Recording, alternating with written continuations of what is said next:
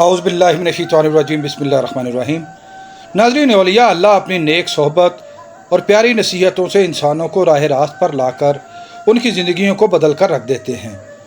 میں شاہد بھٹی اور آپ دیکھ رہے ہیں ہماری سیریز صوفی نامہ، اور آج ہم آپ کے لیے لے کر آ رہے ہیں بر صغیر کے ایک پاک باز، فنا فی اللہ، صوفی اور درویش حضرت میاں میر رحمۃ اللہ علیہ کے حالات زندگی کے بارے میں ایک انتہائی معلوماتی ویڈیو۔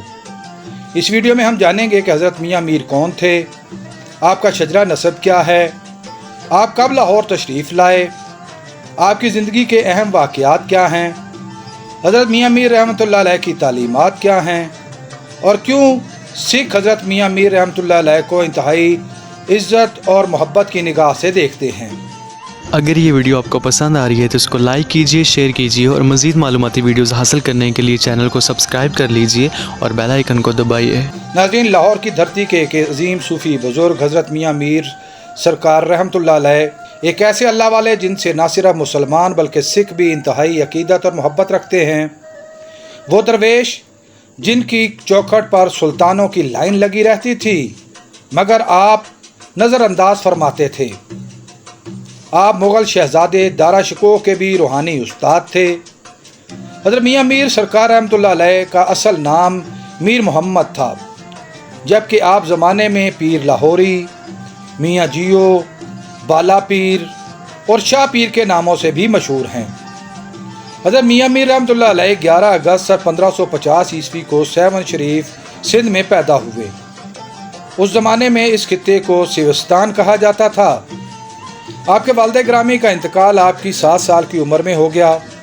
آپ کے والد گرامی کے بعد آپ کی والدہ ماجدہ نے آپ کی تعلیم و تربیت کی ذمہ داری سنبھالی۔ حضرت میاں میر رحمۃ اللہ علیہ کے والد گرامی کا نام حضرت سائیں دتا، جو کہ حضرت قاضی قلندر کے بیٹے تھے۔ آپ کے نانا حضرت قاضی کاؤن اور والدہ بی بی فاطمہ تھیں۔ حضرت میاں میر کا تعلق قاضی خاندان سے تھا۔ آپ کی مادری زبان سندھی تھی مگر آپ کو پنجابی اور فارسی پر بھی مکمل عبور حاصل تھا۔ حضرت میاں میر رحمۃ اللہ علیہ کا شجرہ نسب 28 واسطوں کے ساتھ حضرت عمر فاروق رضی اللہ تعالیٰ عنہ سے جا ملتا ہے۔ اس طرح آپ فاروقی النسب ہوئے۔ حضرت میاں میر رحمۃ اللہ علیہ شروع سے ہی دین اور تصوف کی طرف راغب تھے۔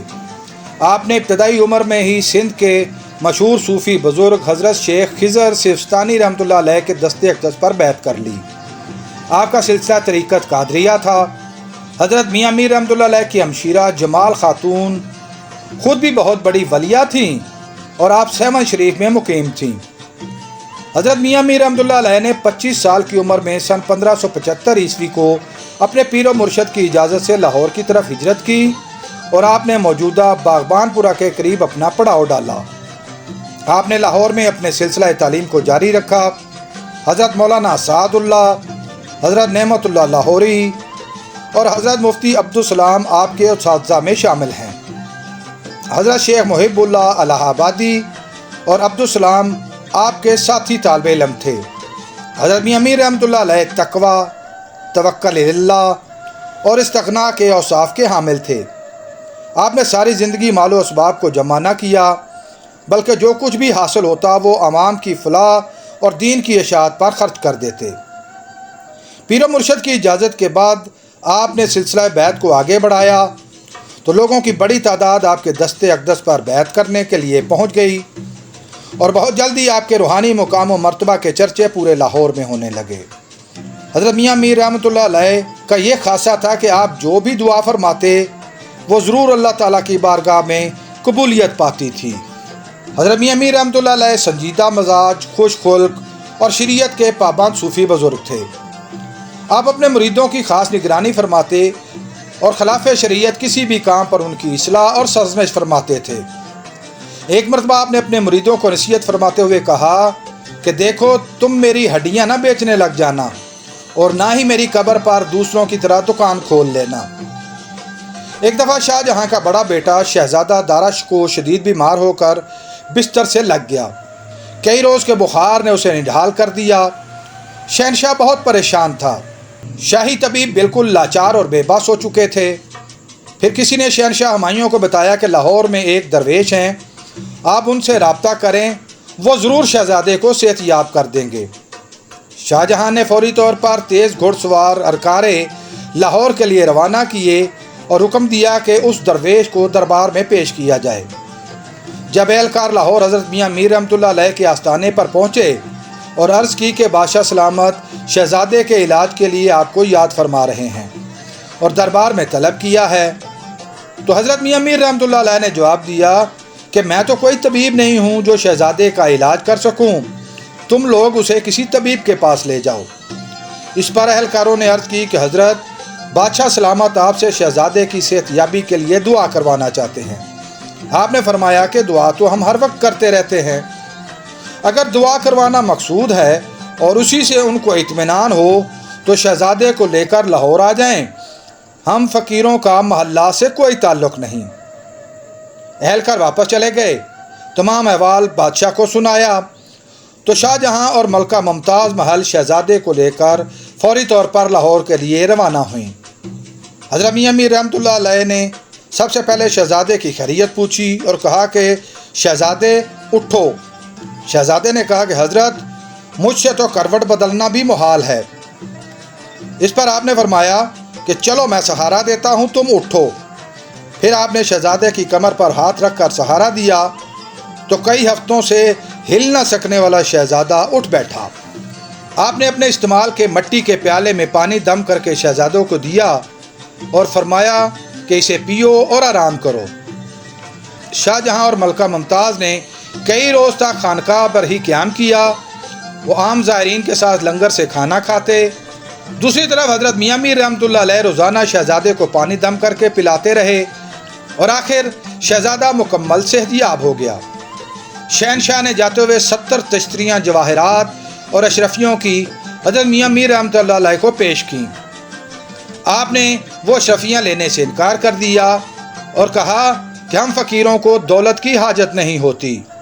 شاہجہاں نے کہا کہ اگر آپ کی اجازت ہو تو یہ میں آپ کے مریدین اور خدام میں بانٹ دوں۔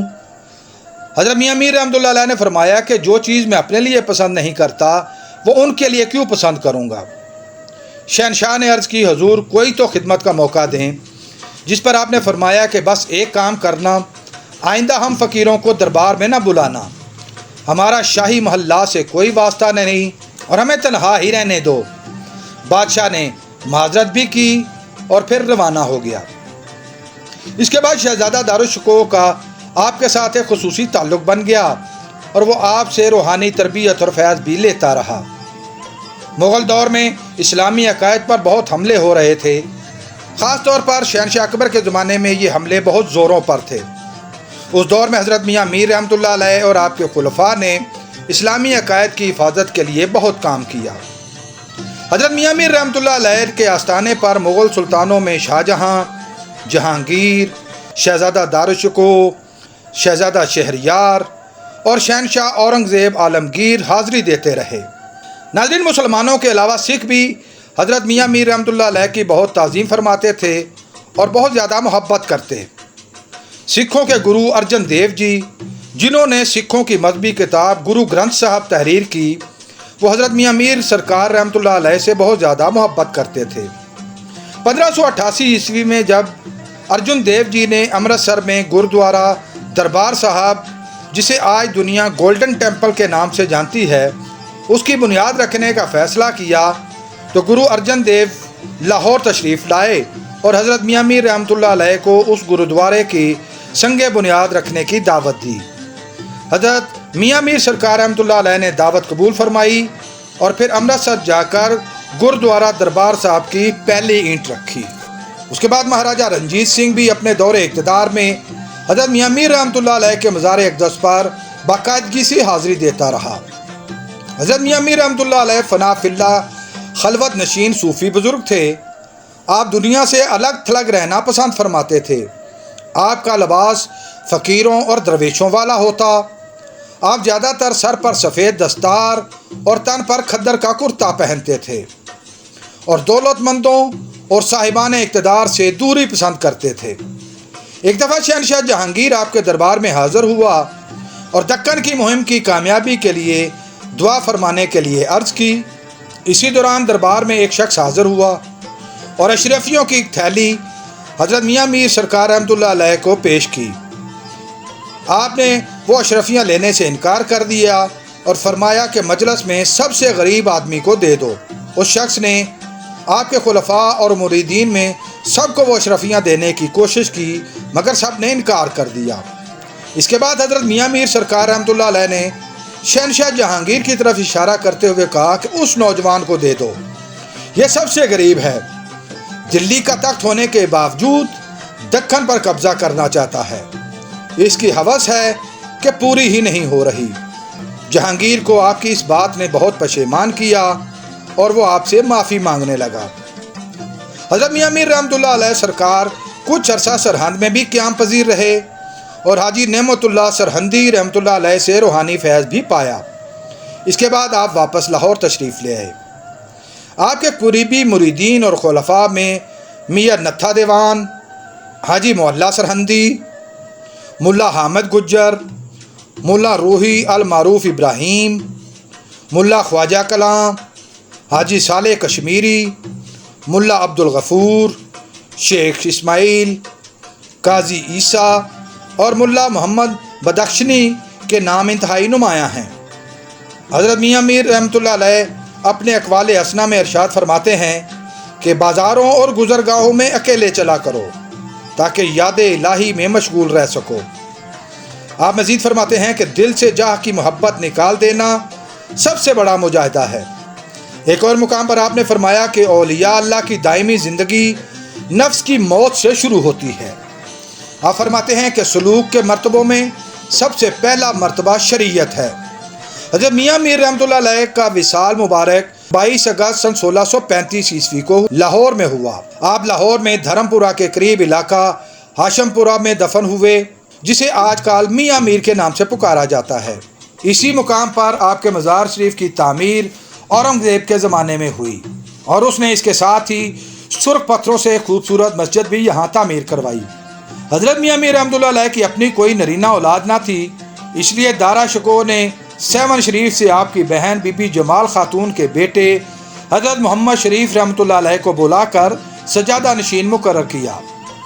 1960 میں محکمہ اوقاف نے آپ کے مزار شریف کا انتظام سنبھالا۔ حضرت میاں میر رحمتہ اللہ علیہ کے دربار شریف کے ساتھ ایک قبرستان ہے جہاں پر معروف دانشور اشفاق احمد کے روحانی پیشوا نور والے بابا جی کا مزار بھی موجود ہے۔ اس کے علاوہ دارا شکوہ کی بیوی نادرہ بیگم کا مزار بھی یہیں پر موجود ہے۔ حضرت میاں میر رحمتہ اللہ علیہ کا عرس مبارک ہر سال 7 ربیع الاول کو منایا جاتا ہے، جس میں لاکھوں عشاق شرکت کرتے ہیں۔ آپ کے مزار اقدس پر سکھوں کی بڑی تعداد بھی ہر سال حاضری دیتی ہے۔ ناظرین، امید ہے آپ کو ہماری یہ کاوش پسند آئی ہوگی۔ بہت جلد ایک نئی معلوماتی اور دلچسپ ویڈیو لے کر آپ کے سامنے حاضر ہوں گے۔ اگر آپ اس ویڈیو کے بارے میں اپنی کوئی رائے دینا چاہیں تو کمنٹ باکس کا استعمال کریں۔